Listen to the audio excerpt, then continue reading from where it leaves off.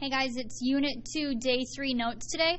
We are going to be doing trig with our calculator. So we're going to use our calculator to solve our problems today. So look at the notes inside the green box here. It says things to remember when you're using your graphing calculator. So you want to check the mode.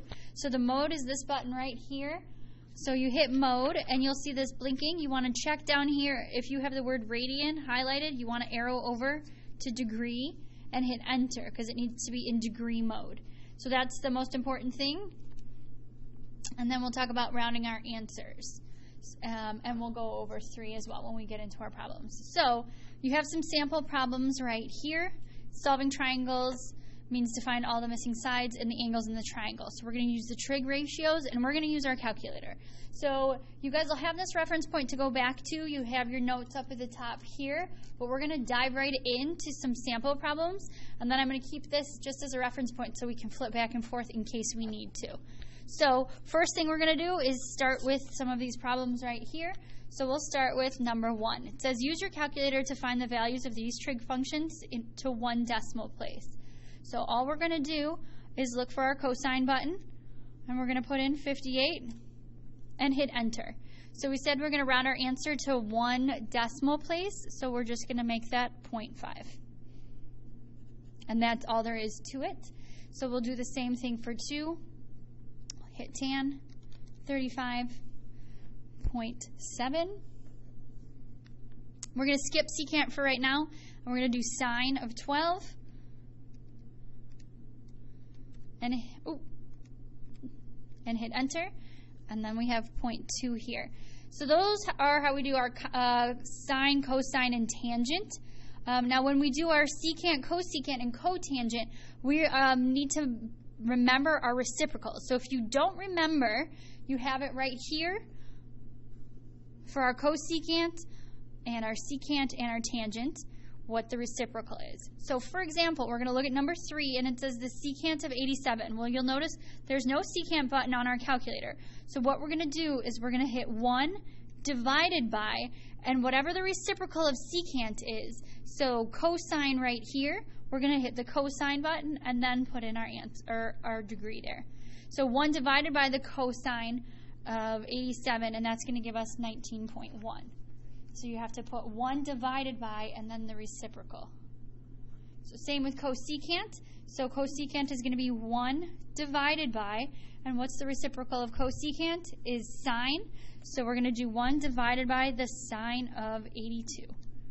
And that's going to give us 1.0. And last, tangent. So we'll do 1 divided by the tangent of 50. Oh, I didn't hit divide. 1 divided by the tangent of 50. So there we have 0.8. So not too bad when you get to use your calculator. Those are pretty simple. So these down here are going to be a little bit more complicated. So it says write a basic trigonometry equation to solve for the missing sides x and y and find the length of each missing side to one decimal place. So we're going to start out with labeling everything that we know. So we have B as our angle here, so we're going to label our side over here as our opposite. Our x is going to be our adjacent, and across from our 90 is our hypotenuse. So we labeled our 3 sides. However, notice on this, we are only given one side, and we have 2 different variables. So we're going to use the information that we have on our sine, cosine, and tangent to solve for those. So we're going to do Sohcahtoa. So we're going to take all of the information that we know and we're going to solve for these.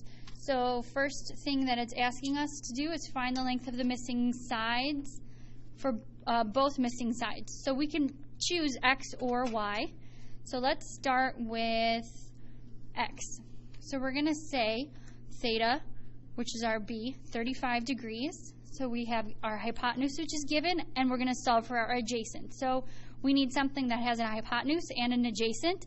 So if we look up here, we have an adjacent and hypotenuse in our cosine. So we are going to write the cosine of our angle, which is 35, equals, and that's going to be our adjacent over hypotenuse. So that's x over 15.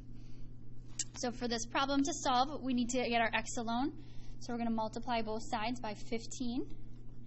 And that's going to cancel out our denominator here. So now we have x equals 15 times the cosine of 35. So we'll put that into our calculator. Cosine of 35 times 15. So we're going to end up with a 12.28. So we're rounding just one place past the decimal point, so 12.3. So we just solved for x, so x is 12.3. So we're going to do the same thing to solve for our y. And I'm going to suggest that you always use the value that's given to you. Even though you just solved for x, there's a chance that you made a mistake. So always go back to what's given to you that you know is true. So now we have our angle again, but we're solving for our hypotenuse and our opposite. So look up here, and we have sine, opposite over hypotenuse. So we are going to write the sine of our angle, which is 35, equals, opposite over hypotenuse. So that's going to be y over 15. So we're going to do the same thing that we did up top to get our y alone. And now we'll do the sine of 35 times 15. So then we get 8.6. And same thing on 8. So we're going to label the three sides that we have. So 62, we have opposite, hypotenuse, and adjacent. We have Sohcahtoa. So let's start with our x. So we have, x is given opposite and adjacent is what we're looking for. So opposite and adjacent is tangent. So we are going to do the tangent of angle 62 equals opposite, which is x, over adjacent, which is 9. Multiply both sides by 9. And then we are going to plug that into our calculator. So we have the tangent of 62 times 9. So we get 16.9 for our x. And we're going to do the same thing to solve for our y. Again, I suggest that you start with what's given to you. So in this case, we're starting with our adjacent, and this time our y is our hypotenuse. So adjacent and hypotenuse is cosine.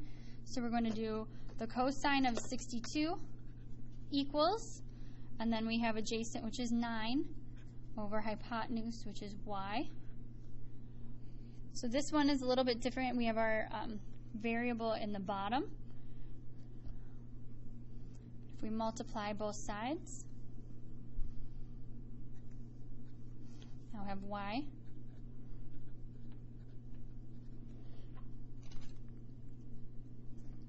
To get y alone, we'll divide those.